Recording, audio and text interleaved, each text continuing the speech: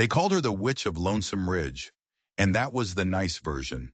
Down in the dusty town of Dust Creek, they had other names for her. Names they'd only whisper when they were deep in their cups at the saloon, or when the prairie wind howled just right, making them feel brave. Martha Callahan, the woman who lived where God's green earth gave up trying. Her cabin wasn't so much built as it was surrendered. It clung to the side of that barren ridge like a stubborn barnacle, all rough-hewn logs and nails so rusted they looked like streaks of dried blood. The porch groaned every time the wind so much as sighed, and the roof sagged like the spine of an old tired horse. She'd built it all herself, you see. Every last splinter. Built it after her husband, Roy, saddled his horse and rode out of her life without so much as a goodbye. Just a cloud of dust on the horizon and a silence that screamed louder than any argument. She never blamed him. Not really. How can you blame a man for running from a grief so big it blots out the sun? Their baby, a boy the midwife figured, had died before he even had a name to carry. He came into the world silent and still, and Martha nearly followed him into that same quiet darkness. She bled for 3 days, soaking the bed sheets until they looked like a butcher's apron. When she finally swam back to the surface of the living, her belly was empty and her husband was gone. He left her with 2 things, a well full of tears and a silence so complete it felt like the world had ended. The wound wasn't just in her body, it was in her soul, a jagged, gaping hole that would never quite close. Nights were the worst. She'd wake up clawing at her stomach, convinced she could hear a baby crying, a phantom sound that twisted her guts into knots. She'd press her ear to the floorboards, to the walls, listening for a ghost that was never there. But Martha Callahan was made of something tougher than grief. She was forged from the same iron and grit as the ridge itself. She didn't die. She got up. She built that house. She planted corn that had no business growing in that stubborn soil. And she learned the language of steel. A Winchester lever-action rifle became her closest companion, always leaning by her bed. An old, heavy revolver slept under her pillow. Out here, on the edge of nothing, you didn't survive without a weapon in your hand and a heart just as hard. You couldn't afford to be soft. The prairie would eat you alive. Still, the whispers followed her like a shadow. Down in Dust Creek, they said she talked to the wind. They said she planted strange herbs by the light of the full moon, muttering words in a language no one understood. They said the local Cheyenne warriors who trusted no one would ride up to her ridge and leave her gifts, bundles of sage, cured pelts, strings of hand-carved beads. They called her a witch because it was easier than understanding her. The truth, as it often is, was much quieter. She helped the Cheyenne when they came to her, wounded from a skirmish or sick with a fever the white man's medicine couldn't touch. She'd trade herbs and cloth for furs and stories, a silent agreement between outcasts. And when winter's teeth sank deep into the bones of Dust Creek, she'd leave sacks of cornmeal on the edge of town for the families too poor or too proud to beg. She never waited for thanks. She didn't want their gratitude. She just wanted to be left alone. But on the prairie, even silence can't last forever. Sooner or later, a storm always comes. That summer was drier than a bone in a graveyard. The sky was a vast, empty sheet of blistering blue, and the sun was a merciless hammer that beat the life out of everything. The wind wasn't a breeze, it was a razor, carrying grit that could strip skin from bone. Dust storms rolled in like angry gods, great black walls of churning earth that swallowed the horizon and choked the very air from your lungs. And as Martha stood on her creaking porch, pulling a worn shawl tight around her shoulders, she saw another one coming. But this one was different. It wasn't just a storm, it was a monster. A churning black curtain of death, miles wide and a mile high, rising from the west like a funeral shroud for the whole world. She felt a prickle on her skin, a deep, ancient dread that had nothing to do with the wind. She spat into the dirt. "Hell of a storm," she muttered to no one. Her gaze drifted to the winding dirt road that snaked its way down from her ridge, toward the distant lights of Dust Creek. No one ever came up that road. You came to Lonesome Ridge for one of 2 reasons. You were looking for a place to die, or you were desperate enough to seek help from a witch. Tonight, as the sky turned the color of a fresh bruise and the air tasted of grit and ozone, Martha felt it in her marrow. Something was coming, And it wasn't just wind and dust. It was something with footsteps. Something that was going to knock on her door and shatter her world into a million pieces. She went inside, barred the heavy plank door, and lit a lantern. The little cabin trembled with each gust, and the shadows on the wall danced like frantic, skeletal ghosts. She sat by the window, her Winchester cradled in her lap, watching the world disappear behind a solid wall of black. Somewhere out there, in that suffocating darkness, fate was riding hard, and she knew with a certainty that chilled her to the bone that before the night was over, a knock would come, a knock that would change everything. The wind hit first, a low, mournful howl like a wolf starved for a week. It rattled the rafters and scraped sand against the window panes with a sound like claws on glass. Martha didn't move. She just sat in her rocker, the rifle across her knees, waiting for the world to end. And then it did. The storm slammed into the cabin like a runaway freight train. The world outside vanished into a roaring, blinding chaos of dust and fury. The little shack groaned and shuddered, threatening to fly apart at the seams. The air inside grew thick, tasting of dirt and fear. That's when she heard it. The knock. It was faint at first, almost swallowed by the screaming wind, but it was there. 3 sharp, distinct raps, like knuckles on a coffin lid. Martha's head snapped towards the door. Her heart hammered against her ribs. No one comes up here. No one. Especially not in a storm that could peel the bark off a tree. The knock came again. Harder this time. More urgent. Desperate. She rose from her chair, the rifle already cocked, her bare feet making no sound on the rough floorboards. She stood by the door, her breath held tight in her chest, the roar of the storm filling her ears. "Who's there?" she shouted, her voice nearly lost in the gale. A man's voice answered, raw and shredded by the wind. "Please, need shelter. I got kids with me." Kids. The word hung in the air. It could be a trick, a lie. This was hard country, full of men who would use a child's life as a key to unlock a door. Outlaws knew a lone woman was an easy target. But there was something in that voice, a ragged edge of pure, undiluted panic, the sound of a father terrified not for himself but for his children. It was a sound she recognized from her own nightmares. With a curse muttered under her breath, she slid the heavy iron bolt and pulled the door open. The storm tried to rip it from her hands, a solid wall of wind and sand exploding into the cabin. And standing there, framed against the swirling black chaos, was a man. He was tall and broad, but slumped with an exhaustion so deep it looked like it was carved into his bones. He was caked in a thick layer of dust, his beard streaked with grime, his hat pulled low. Behind him, huddled together like frightened quail, were 3 children. The man raised a hand, his eyes pleading from a face that looked like a roadmap of hardship. "Name's Barrett Kane," he gasped, his voice cracking. "These are my kids. Please, ma'am, we just need to ride out the storm."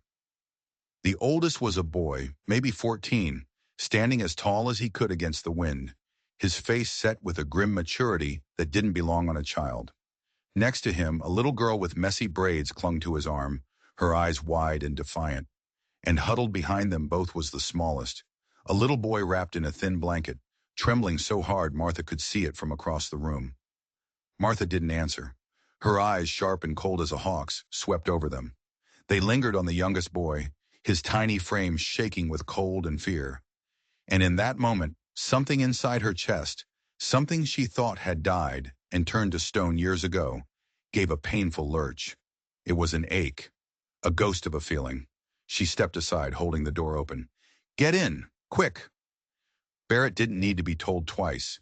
He pushed the children inside, shielding them with his own body as they stumbled over the threshold into the dim, lantern-lit room.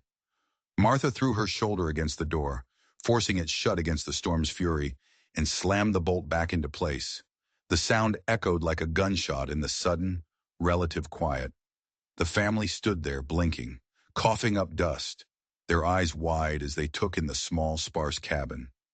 A single room, a stone fireplace, a bed in the corner, and shelves lined with jars of herbs and dried goods. And the woman with the rifle. Martha hadn't lowered it. Not yet.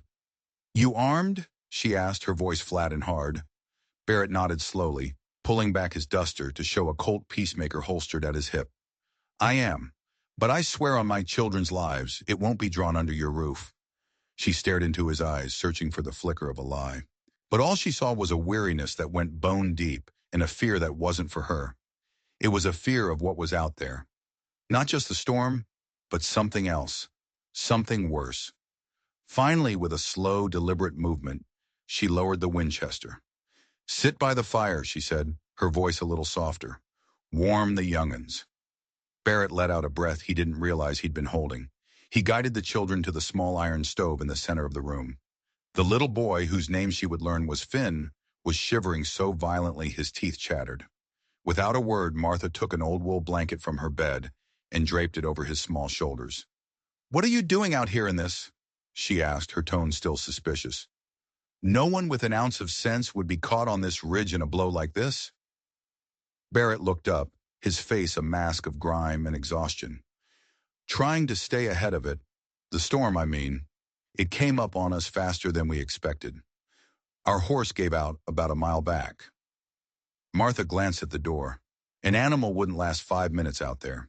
It was already dead. The little girl, June, looked up at Martha, her curiosity winning out over her fear. You live here all by yourself? Martha just nodded once. Why? June asked the simple, innocent question, landing like a physical blow. Martha didn't answer. She turned away, stoking the fire, the flames casting dancing shadows on her weathered face. She didn't like questions. She didn't like memories. Barrett cleared his throat, sensing he'd overstayed a welcome that was already paper thin. We'll be gone by morning, ma'am. Soon as it breaks. Out of your hair. Martha said nothing. She just watched the children. June had pulled Finn into her lap, humming a tuneless song. Harlan, the oldest, sat with his back straight, his eyes darting around the room, alert and watchful as a wolf pup. They were a unit, a small, battered family, clinging to each other in the dark, and they reminded her of something she had buried so deep she'd forgotten its name. Storm like this won't break by morning, she said finally, her voice rough. Could be 2, maybe 3 days. She looked directly at Barrett. You'll stay. Barrett looked stunned. Ma'am, we couldn't impose. It's not an offer, she cut in. It's a fact. You go out in that, you die. Your kids die with you. She looked at the children again, and the ache in her chest twisted. You'll stay. Relief washed over Barrett's face, so profound it almost brought him to his knees. We're obliged, ma'am. Truly. Martha just gave a short, sharp nod and turned away. The wind shrieked against the walls, a symphony of chaos and destruction. But for the first time in almost a decade, the silence inside Martha Callahan's cabin wasn't empty. It was filled with the soft breathing of sleeping children, and deep in her gut, she knew this wasn't just a storm. This wasn't just a chance encounter. The man on her floor wasn't just running from the weather. He was running from something far, far worse. And by letting him in, she hadn't just offered shelter. She had just invited his demons to her door. The storm raged for 2 full days, a relentless assault that trapped them in the small cabin, turning it into an island in a sea of roaring dust. The world outside ceased to exist. There was only the howl of the wind and the flickering lantern light that kept the shadows at bay. And the secrets.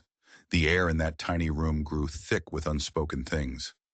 Barrett Kane was a man carrying a weight so heavy it was a miracle he could still stand. He barely slept, sitting by the fire with his revolver on his lap, his eyes constantly flicking towards the door, as if he expected it to burst open at any second. He wasn't watching for the storm to break. He was watching for something else. Martha watched him. She'd spent years learning to read the silence, to see the stories animals and the land told without words.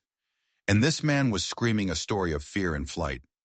On the second night, with the children finally asleep in a huddle of blankets, the silence stretched so tight it had to break. You're not just running from the storm, are you, Kane? Martha's voice was low, cutting through the wind's howl. Barrett didn't look at her. He stared into the flames of the stove, his face a landscape of shadows. No, ma'am, I'm not. He took a deep, shuddering breath. Suppose I owe you the truth. Martha waited, her hands still, her posture unchanging. She was a stone, waiting for the river to reveal what it carried. I used to wear a badge, he began, his voice raspy. U.S. Marshal, out of Cheyenne. I was good at my job, believed in it, believed in the law. He spat the word law like it was poison. Then I got tangled up with a man named Jed Crowley. Martha felt a cold finger trace its way down her spine. The name wasn't famous, but the way he said it, it carried the weight of death. Crowley runs a gang, Barrett continued, his voice dropping even lower. They call themselves the Vultures, and they live up to the name. They pick the bones of anyone weaker than them, scum of the earth. But smart scum. And Jed is the devil himself. He had a younger brother, Caleb, just as mean, but twice as reckless. He paused and the fire crackled in the sudden quiet. 3 years ago, I tracked Caleb to a little town after he'd killed a rancher and his wife for a pouch of gold dust. I gave him the chance to surrender. He laughed in my face and drew on me. Barrett's hands clenched into fists. So I put him in the ground. I did my job. I followed the law. His eyes finally lifted to meet hers, and they were filled with a haunted darkness. Jed Crowley don't care about the law. He lives by a different code. Blood for blood. He swore he'd make me pay. He swore he'd take from me what I took from him. Martha pieced it together, the horrible, inevitable logic of vengeance. Your wife, she said. It wasn't a question. Barrett's jaw tightened, and a muscle jumped in his cheek. He nodded, a single jerky movement. He didn't come for me. That would have been too clean, too easy. He sent his men to our homestead while I was out tracking another man. They burned it to the ground. His voice broke on the last word, a sound as sharp and brittle as breaking glass. My Sarah, she didn't make it out. The silence that followed was heavier than the storm. It was filled with the ghosts of a dead woman and a life turned to ash. June stirred in her sleep, murmuring something. Daddy? Barrett's face softened for a fraction of a second.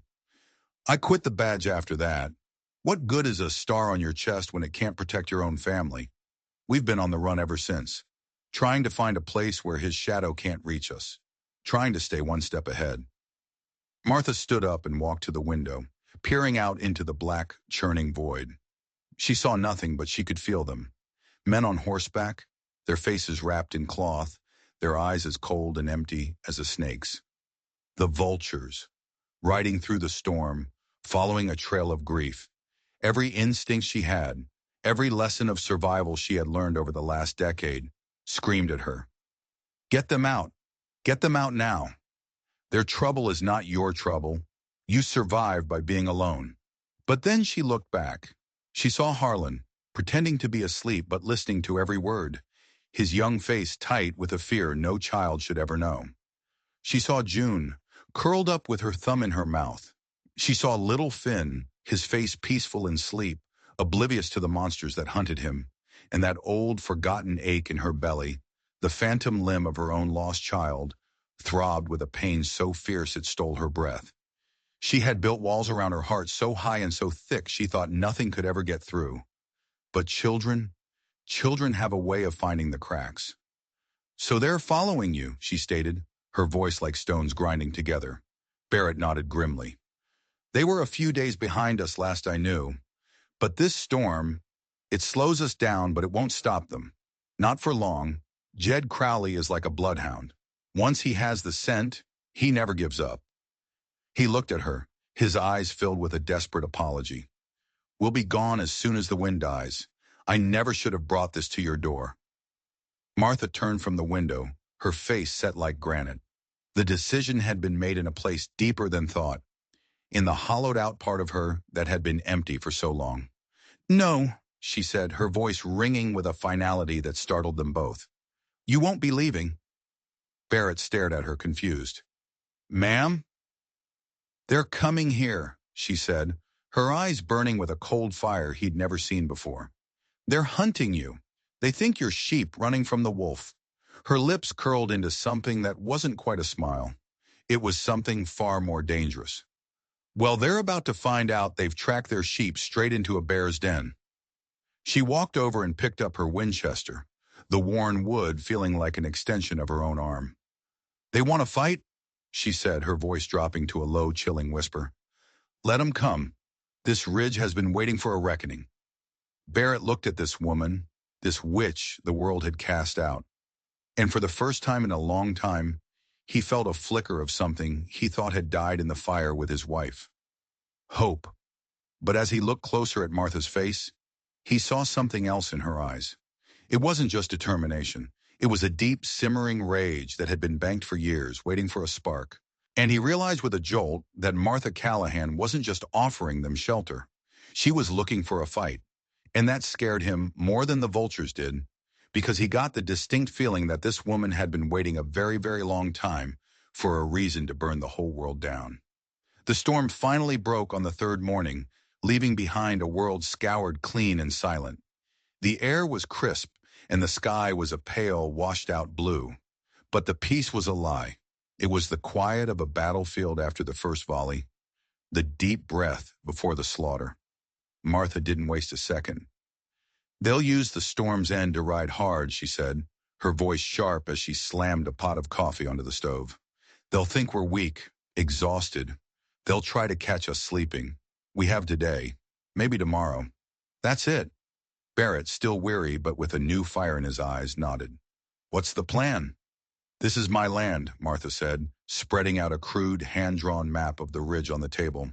"I know every rock, every ditch, every snake hole from here to Dust Creek. They'll come up the main trail. It's the only way for a large group of horses." She jabbed a finger at a narrow pass between two rocky outcrops. "Here, this is where we stop them. A choke point." For the rest of the day they worked.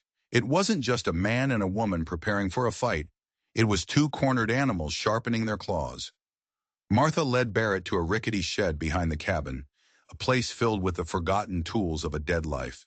And inside, Barrett saw the truth of who Martha Callahan really was.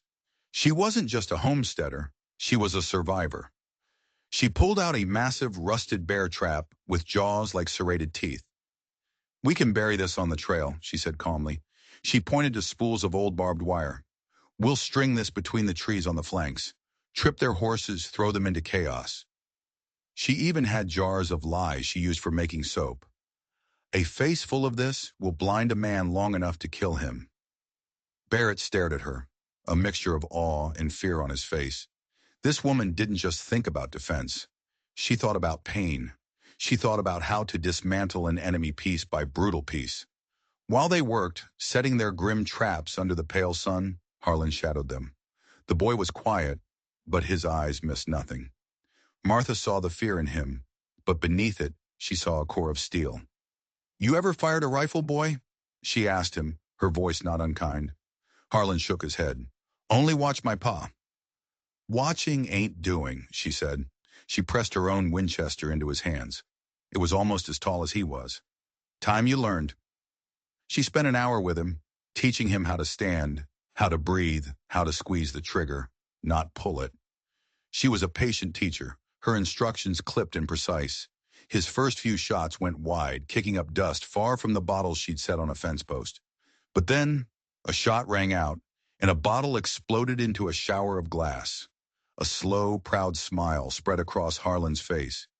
"Good," Martha grunted, a flicker of approval in her eyes. "You're a natural. Now do it again." While Harlan practiced, Martha took June and Finn aside. She knelt down, her gaze serious. "Listen to me. When the fighting starts, you have one job: to run." She pointed to a small grove of cottonwood trees, a quarter-mile down the back of the ridge. "You see that big tree, the one with the hollow at its base? You run there. You hide inside and you don't make a sound. You don't come out. Not for anything. Not until me or your pa or your brother comes for you. Do you understand?" June's lower lip trembled, but she nodded, her eyes wide. What if you don't come?" Martha's expression was grim. She placed a hand on the girl's shoulder. "Then you keep running. You and Finn. You run west. You don't stop till you hit the next town. You find the sheriff. You tell him what happened." She looked from June to Finn, her voice softening just a fraction. "You are strong, little ones. Stronger than you know. You survive. That's an order. That night, an uneasy quiet settled over the cabin. The children were put to bed, but no one slept. Martha and Barrett sat at the table, cleaning their weapons by lantern light, the rhythmic click-clack of metal on metal, the only sound. "You didn't have to do this," Barrett said softly, not looking up from the cylinder of his Colt. "This isn't your fight." Martha finished loading her Winchester and worked the lever, the sound sharp and final. "When a rabid dog comes onto your land, you don't ask whose dog it is," she said, her voice flat. "You just put it down." She looked at him then, and for the first time, he saw past the hard, weathered exterior. He saw the loneliness etched into the lines around her eyes. He saw the ghost of a mother who never was. And he saw a woman who had found something worth fighting for, right when she thought there was nothing left. "They're not just coming for you anymore, Kane," she said, her voice a low growl. "They're coming for my home. They're coming for those children sleeping in my bed." Her eyes bored into his. "They've made it my fight." But as she spoke those words, a sudden chilling thought struck Barrett. He had told her the story, the truth about his wife, about Caleb Crowley, about running. But he hadn't told her everything. There was one more secret, one more piece of the puzzle he kept locked away. A secret so dangerous, he feared it would be the one thing that would make this fierce, brave woman turn her back on them for good. He had told her Jed Crowley was hunting him for revenge. He hadn't told her about the gold, a lifetime's worth of vulture plunder, stolen from a dozen banks and trains, that he had taken from their camp the night he fled. He wasn't just a grieving husband on the run. He was a thief who had betrayed his own pack. Crowley wasn't just coming for blood. He was coming for his fortune. And Barrett knew with a certainty that turned his stomach to ice that if Martha found out she was about to die for a bag of stolen gold, she might just kill him herself before the vultures ever got the chance. The fifth day dawned red. The horizon looked like a fresh wound, the sun bleeding up into a sky the color of old bruises. It was a bad omen. Martha felt it in her bones, a low hum of dread that set her teeth on edge. The day passed in a haze of tense silence. Every snap of a twig, every cry of a hawk, sent them reaching for their rifles. Harlan stood watch by the front window, his face pale but his hands steady on the Winchester. Barrett paced the length of the small cabin like a caged wolf, his gaze constantly sweeping the empty landscape. Martha was the calmest of them all. She moved with a purpose that was almost serene, checking their meager supply of ammunition, placing buckets of water near the doors to douse any fires. This was her element, a simple, brutal equation of survival. Kill or be killed. There was a purity to it that she understood. As dusk began to settle, painting the ridge in long, distorted shadows, it happened. Harlan's voice was a choked whisper. "Riders." Martha and Barrett were at the window in an instant. Far off, on the edge of the horizon, they were just a black line of moving specks. But they were coming. A dozen of them, maybe more. Riding not with the caution of lawmen, but with the reckless, swarming energy of predators closing in on a kill. "Get the children," Barrett rasped, his hand already on the grip of his Colt. "Now!" Martha didn't need to be told. She scooped up a still sleepy Finn and grabbed June's hand. "To the hollow," she said, her voice low and urgent. "Just like we practiced. Don't look back. Go!" June's eyes were wide with terror, but she nodded, pulling her little brother along as she scrambled out the back door and disappeared into the twilight. Martha turned back inside. The air was thick, electric. She and Barrett took their positions at opposite windows, rifles resting on the sills. Harlan stood between them, his knuckles white on his own gun. "Remember what I taught you, boy," Martha said without looking at him. "Breathe. Aim for the center. Don't waste a shot." The riders grew closer, their shapes becoming clearer. They weren't just men on horseback. They were nightmares given flesh. Draped in long dusters, their faces covered with dirty bandanas, they looked like ghouls riding out of the earth itself. They fanned out as they approached the base of the ridge, preparing to storm the cabin from all sides. Then, a single rider broke from the pack and trotted forward. He sat tall in the saddle, a figure of absolute authority. Even from a distance, Martha could feel the menace rolling off him in waves. Jed Crowley. He stopped just out of rifle range and pulled down his bandana. His face was lean and cruel, with a scar that cut a white line through his eyebrow. He smiled, a chilling, humorless slash in his bearded face. "Barrett Kane!" His voice boomed across the still air, a sound full of gravel and hate. "I know you're in there. I can smell a traitor a mile away. You got something that belongs to me, friend, and I've come to collect." Barrett's face was a mask of cold fury. "Go to hell, Crowley," he yelled back. Crowley laughed, a sound that made the hairs on Martha's arms stand up. "Oh, I will, but I'm taking you with me, and your little brats too. And since you stole from me, I figure it's only fair I take everything from you." He gestured to the cabin, "including this charming little pigsty and whoever you found to hide behind." His eyes, small and black like a snake's, seemed to fix on Martha's window. And then he said the words that changed everything. "I'll even take back the gold you stole from Roy Callahan's widow." The world stopped. The air rushed out of Martha's lungs. Her blood turned to ice in her veins. Roy Callahan, her husband's name, spoken by this monster. Her mind reeled, a whirlwind of confusion and horror. How could he know that name? How could he possibly? She looked at Barrett, and she saw it. The flicker of panic in his eyes. The sudden, sick realization. He wasn't just a stranger caught in a storm. He wasn't just an ex-marshal. The story he had told her, it was all a lie. The vultures weren't just his past. They were her past too. The men who had left her a widow, who had shattered her life all those years ago. They were right outside her door. And the man she had taken in, the man she had agreed to fight and die for, had brought them here. He hadn't just brought his trouble to her door, he had brought her nightmares home. "What did he mean?" she whispered, her voice trembling with a rage so profound it felt like it would split her in two.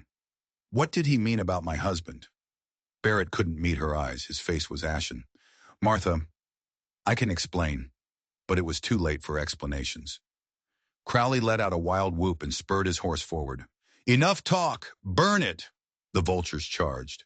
Gunfire erupted from all sides, a deafening roar that shattered the evening quiet. Bullets ripped through the cabin walls, splintering wood, shattering glass.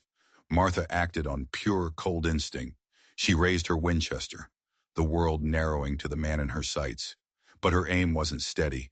Her hands were shaking, not from fear, from betrayal. She was trapped in a box of lies, fighting alongside a man who was connected to the darkest moment of her life. The gold he'd stolen, the gold they were about to die for. Was it her husband's? Was this whole bloody affair a ghost she had unknowingly invited back into her life? The first vulture hit the bear trap. A horrifying scream of a man and a horse tore through the air, followed by a sickening crunch of bone. The battle for Lonesome Ridge had begun, and Martha Callahan was fighting for her life, with her greatest enemy standing right beside her.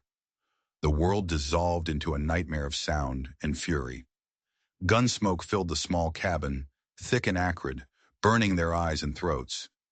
Bullets slammed into the log walls with sickening thuds, sending splinters flying like shrapnel. Outside, the vultures screamed curses and war cries, their shadowy figures darting between the rocks under the dying light. Martha moved like a machine. The shock of Crowley's words, the sting of Barrett's betrayal, it was all there, a cold, hard knot in her gut. But there was no time for it. Not now. Now, there was only survival. She worked the lever of her Winchester, fired, worked the lever again. A rider tumbled from his horse. Another clutched his chest and fell. She didn't feel triumph. She felt nothing, just a cold, mechanical focus. Barrett fought beside her, a demon of desperation in his eyes. He knew he'd been exposed. He knew the trust between them was shattered. But he also knew that if they didn't survive this night, none of it would matter. He fired his Colt with deadly accuracy, his face a grim mask. Harlan, caught between them, was shaking but resolute. He fired the rifle as Martha had taught him, aiming carefully, making each shot count. He dropped a man who was trying to sneak around the side of the cabin. the vulture collapsing into the dust without a sound. The boy's face was stark white, his eyes wide with the horror of what he'd just done. But he didn't falter. He reloaded. The vultures were relentless. They used the terrain, the growing darkness, their sheer numbers. A horse screamed as it hit the barbed wire Martha had strung, its rider thrown hard to the ground. Barrett put him out of his misery with a single clean shot. "They're trying to flank us!" Barrett yelled over the din. "The back!" Martha didn't hesitate. She ran to the rear window, just in time to see two men creeping towards the back door with a torch. They meant to burn them out, to turn the cabin into a coffin. A primal rage, cold and clear, washed over her. The ghost of her husband, the lie in Barrett's eyes, the threat to the children hiding in the woods. It all coalesced into a single point of murderous intent. She didn't aim for the men. She aimed for the torch. The bullet struck the oil-soaked rags. The torch exploded in the man's hand, engulfing him in a sheet of flame. He shrieked, a high, piercing sound of agony, dropping the torch and flailing wildly as the fire consumed him. His partner stared in horror for a split second before a bullet from Harlan's rifle took him in the throat. But the fire was spreading. The dry grass around the cabin caught instantly, the flames leaping and dancing in the dark, casting the entire ridge in a flickering, hellish orange light. Smoke began to seep through the cracks in the walls. "We're trapped," Harlan coughed, his eyes watering. Through the smoke and chaos, Martha saw him. Jed Crowley. He wasn't charging like his men. He was directing them, using them as a wave to break against the cabin's defenses, waiting for the perfect moment. He stood near a rock outcropping, reloading his own pistol, his cruel smile illuminated by the firelight. He saw her looking. He raised his gun, not at her, but towards the back of the ridge, towards the cottonwood grove, towards the children. It wasn't a real threat. He couldn't see them, but it was a message. "I know where your heart is. I will burn everything you love." That's when Barrett did something incredibly brave, or incredibly stupid. "Cover me!" he roared. He threw open the front door and charged out into the fiery chaos, his Colt bucking in his hand. It was a suicide run, meant to draw their fire, to create a diversion. The vultures, stunned by his audacity, turned their attention to him. Bullets kicked up the dirt around his feet. He was buying them time. But for what? Martha understood. He wasn't just drawing their fire. He was trying to get to Crowley, to end it one way or another. But as he ran, a bullet caught him in the leg. He stumbled, crying out in pain, but he kept moving, dragging himself behind a pile of firewood. He was pinned down, a sitting duck.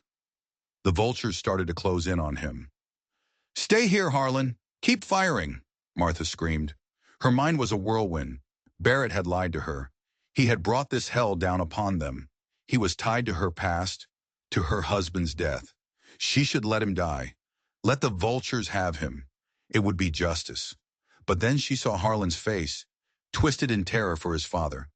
She thought of June and Finn, hiding in the dark, waiting for a father who might never come back. And she knew she couldn't. He wasn't just a liar.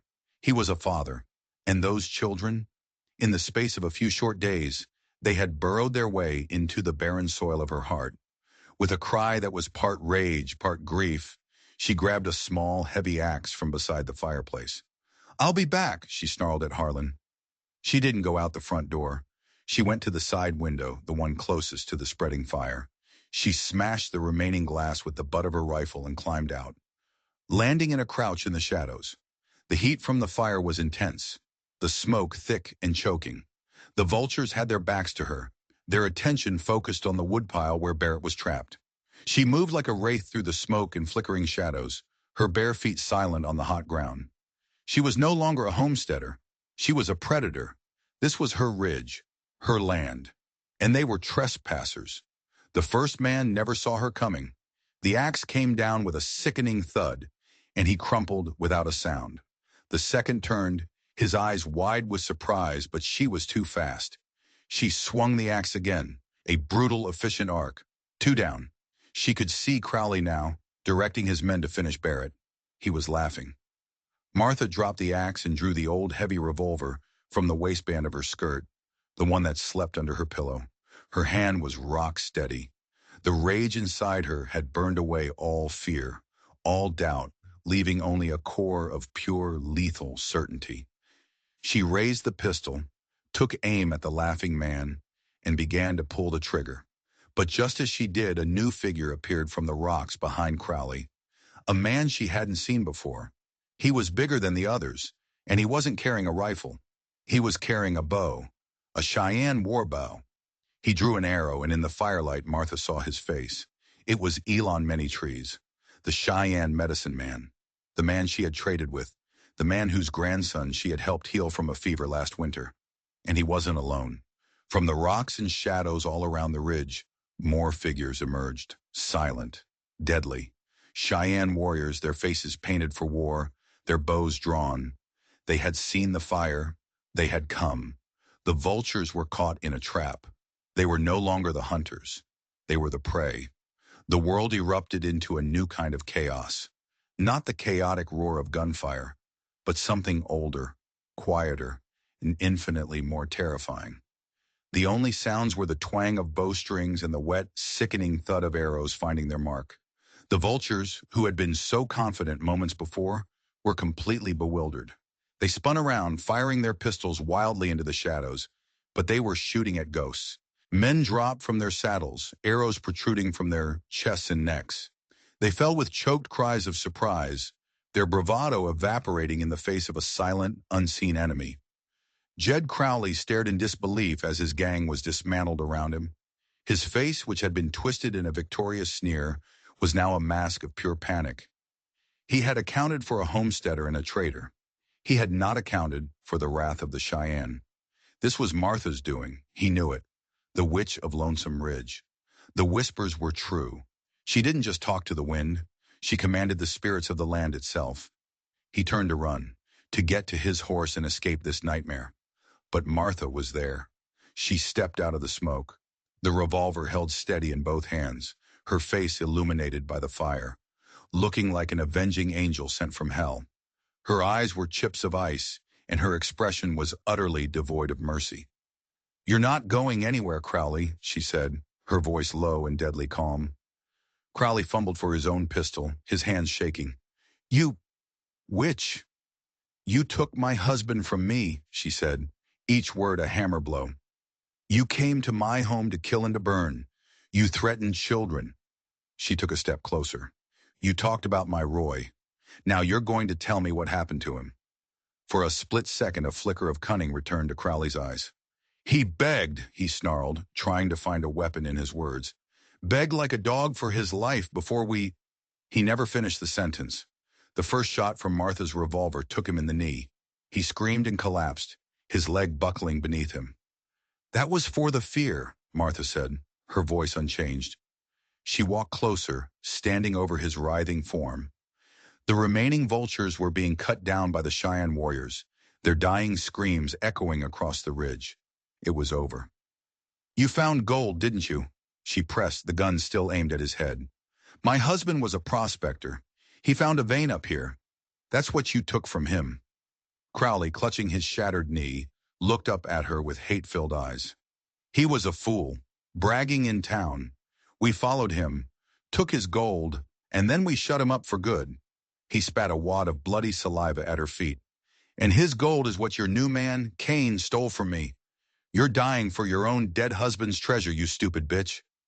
The confession hung in the air, thick and poisonous. It was true, all of it. The gold was the ghost that connected them all. Martha looked over at the woodpile. Barrett was struggling to sit up, his face pale with pain and shame. Their eyes met across the fiery battlefield. He had known. He must have known where the gold came from. He had used her, lied to her, brought this ruin to her doorstep, all for money that was soaked in her own husband's blood. The betrayal was a physical pain, sharper than any bullet. She turned her gaze back to Crowley. He was watching her, a desperate, feral look in his eyes. He saw the conflict on her face. "Kill me," he taunted. "Do it. Send me to hell. But know this, your precious Barrett Kane is no better than me. He's a vulture. He's a thief. He let you fight for him, knowing he was the reason your husband was in the ground." Martha's finger tightened on the trigger. Everything inside her screamed for vengeance. To pull the trigger and erase this monster, and the part of her past he represented, from the face of the earth, it would be so easy, so satisfying. But then a small voice cut through the chaos. "Mama Martha?" Martha's head snapped up. On the edge of the clearing, peeking out from behind a rock, was June. Her face was smudged with dirt, her eyes wide with terror. She must have crept back, drawn by the sounds of the battle, terrified of being alone. She was staring at Martha, at the gun in her hand, at the man bleeding on the ground. And in that moment, Martha saw not one path, but two. One was the path of the Avenger, the path of blood and vengeance she had walked towards for years. The other, the other was the path of a mother. What would killing this man in cold blood, in front of this child, make her? Would it heal her, or would it just turn her into the same kind of monster she was trying to destroy? Crowley saw her hesitation. He saw the child, and he made his final mistake. With a guttural roar, he lunged, not at Martha, but at his fallen pistol, trying to grab it for one last shot. He was fast, but Elon Manytrees was faster. An arrow appeared in Crowley's chest as if by magic. It struck with such force that it lifted him off the ground and slammed him back down. His eyes went wide with shock. A gurgle escaped his lips, and then he was still. Silence descended on the ridge. A profound, ringing silence, broken only by the crackle of the dying flames and the soft whisper of the wind. The battle was over. The vultures were dead. Martha stood there, the heavy revolver still in her hand, the smoke curling around her. She looked from Crowley's body to the Cheyenne warriors melting back into the shadows, then to Barrett, bleeding by the woodpile. And finally she looked at June, who was now running towards her, her small arms outstretched. Martha slowly, deliberately, uncocked the revolver and let it fall to the dirt. She knelt down and caught the little girl in a hug, burying her face in her messy hair, breathing in the scent of wood smoke and childhood. She was alive. The children were safe, but her world was in ruins. She had survived the battle, but she wasn't sure if she could survive the truth. The man she had saved, the father of the children she had come to care for, was inextricably linked to her own tragedy. Lonesome Ridge was no longer just her home. It was a graveyard of lies, and she was standing right in the middle of it. Dawn broke over a scene of devastation. The fire had burned itself out, leaving patches of blackened, smoking earth. The bodies of the vultures lay where they had fallen, stark and still in the pale morning light. The Cheyenne had vanished as silently as they had appeared, leaving only their deadly arrows as evidence they were ever there. The silence was heavy, broken by the pained groans of Barrett Kane. Martha had dragged him back into the cabin, which was miraculously still standing, though riddled with bullet holes. She laid him on her bed, the same bed where she had bled after losing her child, and looked at the two wounds he'd sustained, one in his leg and another, she now saw, that had grazed his side, deep and ugly. Harlan and June huddled by the fire, their faces pale and stunned, while little Finn slept, mercifully oblivious, in June's lap. The air between Martha and Barrett was thick with unspoken truths and bitter betrayals. She worked silently, tearing strips of cloth for bandages, her movements jerky with suppressed anger. "Martha," Barrett began, his voice weak and raspy, "I never knew, I swear to God, about your husband." She didn't look at him. "Don't lie to me again, Kane," she said, her voice dangerously quiet. "You're not good at it." "I'm not lying," he insisted, trying to push himself up but slumping back with a gasp of pain. "I knew the vultures had hit a prospector on this ridge years ago. It was an old story, one of the scores they bragged about.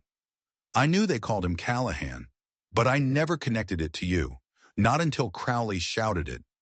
Martha, you have to believe me." She finally turned to look at him, her eyes hard as diamonds. "And the gold. Did you know you were asking me to die for the very same gold they murdered my husband for?" Shame washed over Barrett's face. He couldn't meet her gaze. "Yes," he admitted in a whisper. "I knew it was Callahan's gold. When I took it, I told myself it was just taking back something that was stolen in the first place. I told myself it was justice, but it was just an excuse.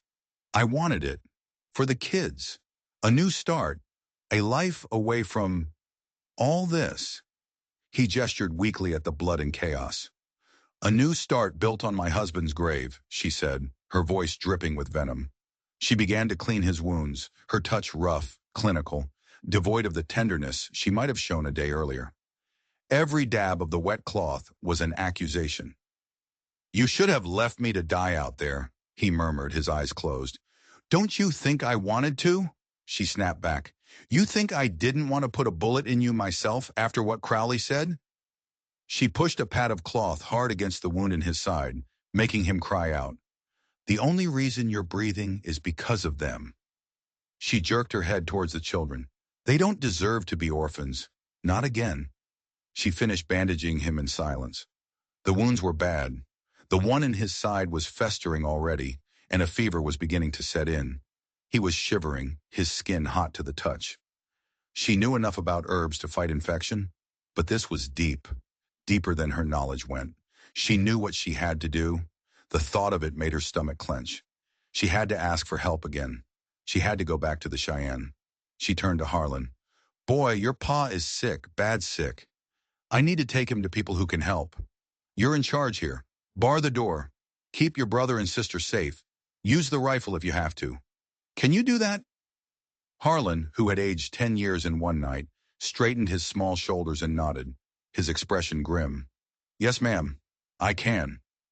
With Harlan's help, she loaded the delirious Barrett onto her mule. He was muttering now, lost in a fever dream, calling out his dead wife's name. Sarah. The sound of it was another twist of the knife in Martha's gut. As she was about to leave, June ran out, grabbing onto her skirt. You're coming back, right? She asked, her voice small and trembling. You'll bring him back? Martha looked down at the child's upturned face, so full of innocent trust. And in that moment, the rage in her heart faltered, replaced by a wave of profound, aching weariness. This wasn't the child's fault. None of it was. She knelt and put a hand on June's cheek. I'll bring him back, she promised, the words feeling like ash in her mouth. And then she rode west, towards the Cheyenne camp, with the man who was both the reason she had a new family and a living reminder of the one she had lost. The weight of him on the mule behind her was more than just flesh and bone. It was the weight of all her ghosts, all her grief, and all the impossible choices she now had to make.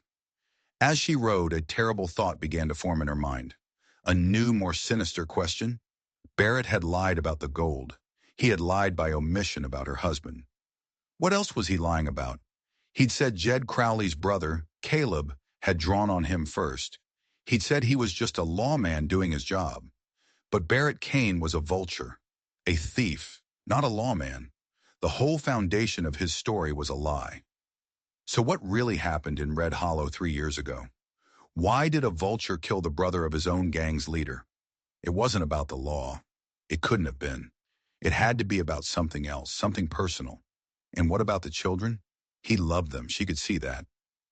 But were they all his? Harlan looked like him.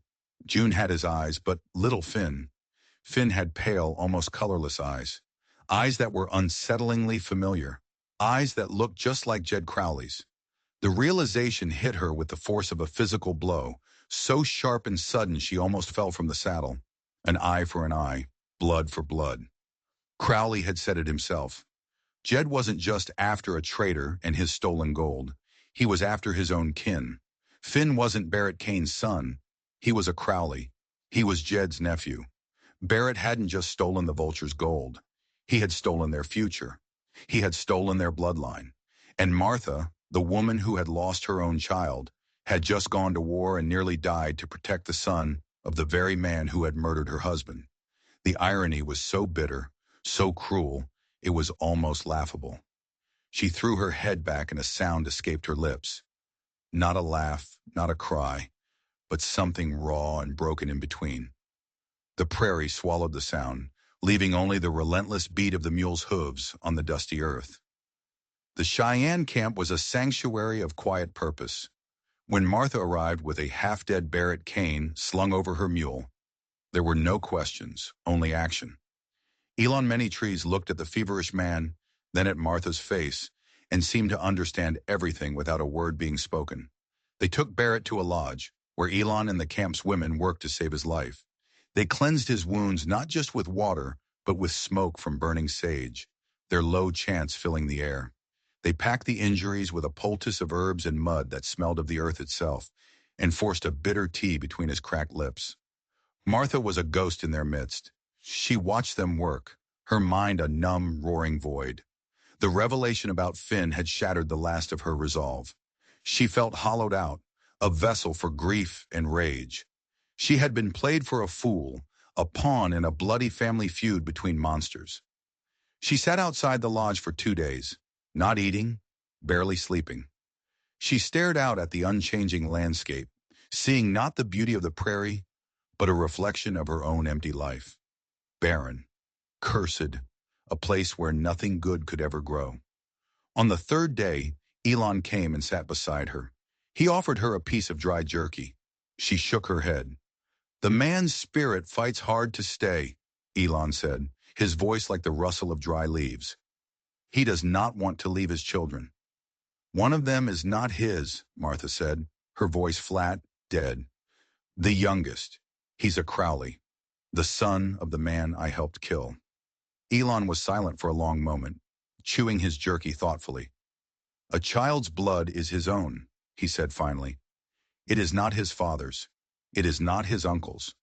The path he walks is the one he chooses, or the one that is chosen for him by those who raise him." He looked at her, his dark eyes seeming to pierce right through to her soul. "You have a choice, Martha Callahan. You can see the boy as the blood of your enemy, or you can see him as a child who needs a mother." His words struck a chord deep inside her, in the broken place where her own motherhood had died. She thought of little Finn, his trusting eyes, the way his small hand had curled around her finger. He was not a monster. He was just a little boy. "Why should I care?" she whispered, the question aimed more at herself than at him. "Why should I fight for them? For him? His family destroyed mine." "Perhaps," Elon said softly, "the spirits did not bring him to you to open an old wound. Perhaps they brought him to you to heal one." He left her then, alone with her thoughts in the vast, silent prairie. She sat there as the sun began to set, watching the sky bleed into shades of orange and purple. She had been given a choice: vengeance or forgiveness, the past or the future, the barren ridge or a chance, however slim, at a family. She thought of the oak sapling she had once dreamed of planting with Roy, a symbol of a future that never came.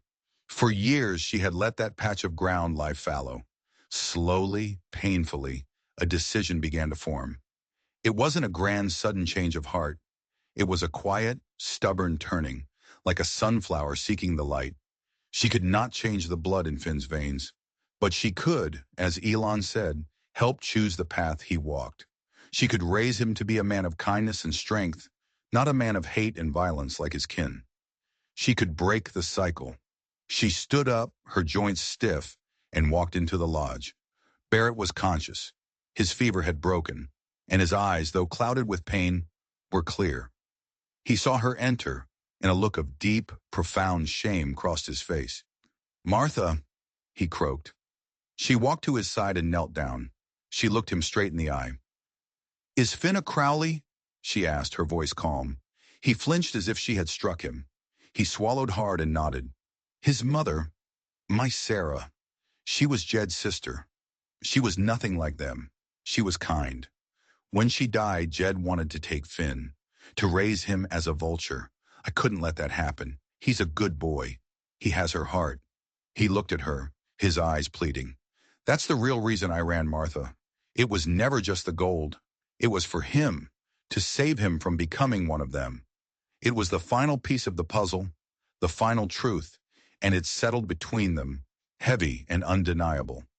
Martha looked at this broken man, a thief, a liar, a man who had been one of the monsters. But he was also a man who had risked everything, who had betrayed his own savage pack to save a child from a dark fate. He was not a good man, but perhaps he was trying to be. "Rest, Cain," she said, her voice softer than he had ever heard it. "Heal. Your children are waiting." She placed a cool cloth on his forehead, and for the first time her touch was gentle. When they returned to Lonesome Ridge a week later, Barrett weak but alive, the three children came running from the cabin. Harlan stood back, trying to look strong, but the relief on his face was plain. June and Finn, however, launched themselves at Martha. June wrapped her arms around Martha's waist, burying her face in her skirt. "You came back! You saved him!" she cried. Then she looked up, her eyes shining with tears of gratitude, and said the words that sealed Martha's choice forever. "Thank you, Mama Martha." The name hung in the air. Mama. A name she never thought she'd hear. A name that filled the hollow place inside her with a warmth so intense it was almost painful. Little Finn, holding her hand, echoed it in a shy whisper. "Mama." She looked over their heads at Barrett, who was watching from the porch, leaning heavily on a crude crutch. His eyes met hers, and in that shared glance an understanding passed between them. The past was not forgotten. The wounds were not erased, but it was no longer the only thing that defined them. They were not a family born of love and peace. They were a family forged in blood and betrayal, in lies and in violence. They were a collection of broken pieces. But as she hugged the children close, Martha Callahan realized that sometimes, if you put the broken pieces together in a new way, you could create something stronger than what was there before. Lonesome Ridge was no longer lonesome. It finally had a family, and it was time to plant a tree. In the weeks and months that followed, Lonesome Ridge was transformed. The scars of the battle faded, the burnt patches of earth sprouted new green grass, and the silence was replaced by the sounds of life. Barrett healed slowly, but his strength returned, and with it, a quiet determination. He worked from sunup to sundown, rebuilding, fortifying, turning the lonely cabin into a true homestead. There were no easy apologies, no grand speeches of forgiveness between him and Martha.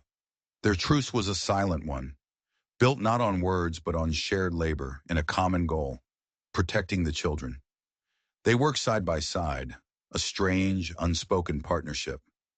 He would mend a fence, and she would be there with a jug of water. She would be tending her garden, and he would appear to help her turn the stubborn soil. The children were the bridge between them. Harlan became Martha's shadow, learning to track, to read the weather, to understand the rhythms of the ridge. June, with her bright, curious nature, coaxed stories and even a few rare smiles out of the woman she now called Mama. And little Finn, the boy with his enemy's blood, became the heart of their strange patchwork family. He followed Martha everywhere, his small hand often tucked into hers. She taught him the names of the herbs she grew, the calls of the different birds. She saw nothing of Jed Crowley in his wide, innocent eyes. She saw only a child, her child. One crisp autumn morning, they all stood together in front of the cabin. Barrett, leaning on a shovel, had dug a deep hole in the earth.